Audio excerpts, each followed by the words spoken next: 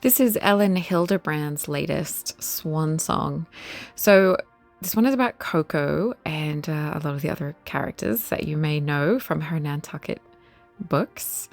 Coco does not know anyone on Nantucket when she follows wealthy newcomers, the Richardsons, to the island, where they have just bought a huge house and hired her as a concierge. They are also new in town, and their wild ways and their wealth have everybody talking. Right up until one night after a party, their house burns down and Coco goes missing. With just a few days till retirement, Ed, the chief of police, makes this case the swan song of his long career. This book is also the swan song for the books set amongst the inhabitants of Nantucket that Elin Hilderbrand is known for and has written about for years. And it's a great final book for what is loosely a series. I'm interested to see what she's planning on writing next. Apparently, she's using a New England boarding school as her location in her next books. So that's kind of interesting. In my opinion, most of her Nantucket books can be picked up and read, whichever one comes to hand. You don't need to read them in order or anything. But I do like seeing main characters from other books pop up as background characters in other books and things like that. I think that's quite fun. I don't think many of the plots are spoiled too much by reading later books as well, although they might be a little bit.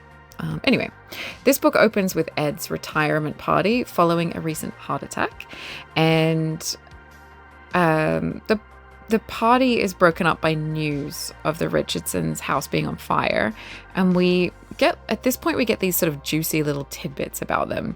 Then the story goes back in time to Coco coming to the island, sort of who she is, how she hopes to get a screenplay option that she's written, and her making friends with the chief Ed's daughter, Casey.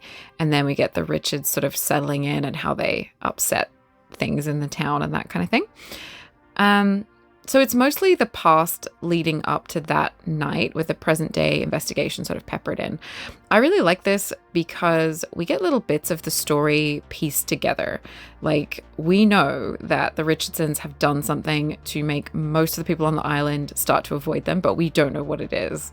And we kind of get the sense it might be something a little bit salacious or interesting. We know the Richardsons have some pretty wild parties, but we don't know how wild. We don't really know what's up with them.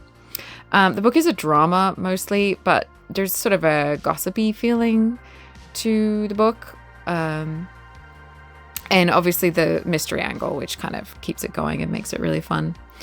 Of course, in these books, Nantucket itself is almost like a character. When I read these, and especially in this book, I can almost smell the salt air and sort of feel the breeze on my skin. And I really like that. It's great. It's not a place I've ever been, so I find the way that it's described as quite beautiful. The houses and the nature and the oceans and sort of the way of life. It seems very kind of cliquey, but then there are also some lovely small town things about it too, which is kind of cool.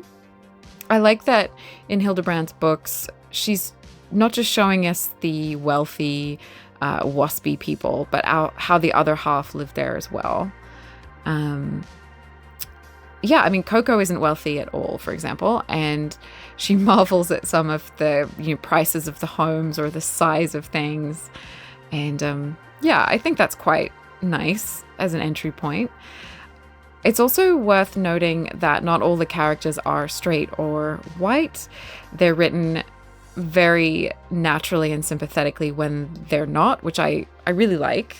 I read a book recently, and it was almost like every time this person was mentioned, it would sort of be brought up that they're gay, as if that was like their main personality trait, and then everyone would sort of go, "Oh, isn't that lovely?" And it was sort of like just really uncomfortable to read. So I liked that this was much more, organic and just natural. I really love the way that this author writes some of her side characters. One of them has an obsession with getting into a local club, and Another one is known for like knowing everything that's going on the island. And those characters always make me laugh in books because they remind me of people I know. But it's also, they're written here as sort of quite fun and harmless. And I think that's nice. So for me, this book was really good fun. It's a perfect summer read, and it made me want to get more of the author's books as the days heat up here, as if I need any more books on my TBR. It's not too heavy. It's got lighter moments and the dramatic plot lines, the gossipy nature of some of it, but it's also not too light, with the quite serious question of where Coco is, a house being burned down, and, you know, a few sort of real world things of that nature. The beachy location with people out on their boats and going out for ice cream is also just right. And while there are a few plot threads to follow, the author has really plotted it well so that it moves along at a really good pace. There's a lot of intrigue and tension to kind of keep you turning pages. I think Elin Hilderbrand has done it again. This book is good. And yeah, it's just a solid story. It's a good wrap up to her Nantucket set books. So I think this one should please fans of this series, who might be a little bit sad that it's coming to an end, I guess. And for newcomers, you could just pick this book up and read it. I think you will like it as well. If it sort of sounds like it would appeal to you, I think you're going to like the little drama. I think there's a little bit of romance in there too. Mystery, drama, intrigue, summer vibes, all really good. So that's Swan Song by Elin Hilderbrand, and thank you for watching, and thank you to the publisher who sent me the lovely ARC of this book to review and share with you guys. You can check out some of my other videos. I also have another channel and socials, so you can find links below if you want more of that. And if you want to hang out again, remember to like and subscribe.